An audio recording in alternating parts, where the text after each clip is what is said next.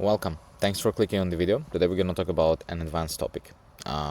Advanced topic, those are the things that you usually don't have to do, but if you want to be really great, you absolutely must have to do them. So in the beginning, it's not really crucial. It's not going to make or break your sales process, but now we're going to talk about some real stuff. And the real stuff today is going to be sales reporting. So sales reporting is a tool that helps you understand where you're performing and helps you understand how will you perform this week.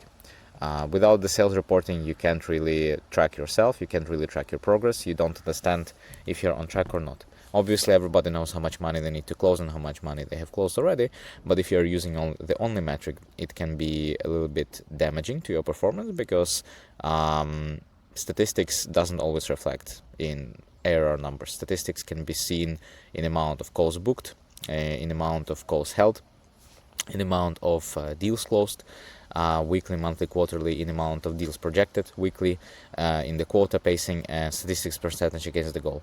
This is something that we track in Enrich right now, for example.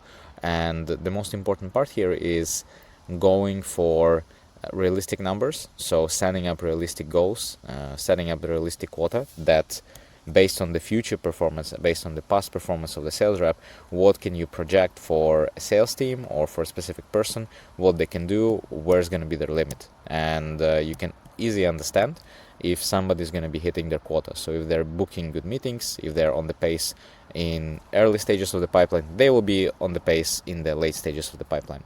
Now, these are the reasons why you should do sales reporting. If you want to get the template that we are using right now, it's going to be available in the new course. The new course specifically for the Web3 Sales Gym. You can click the first link in the description and set yourself up on the waitlist. Everybody that will be on the waitlist essentially gets a 50% off, and we're gonna do a whole section on the sales reporting. Wait till the next video when we're gonna talk about more about the sales projecting. With the sales projecting, it's even harder doing than just reporting, because reporting is usually looking back, looking in the past and just tracking the numbers.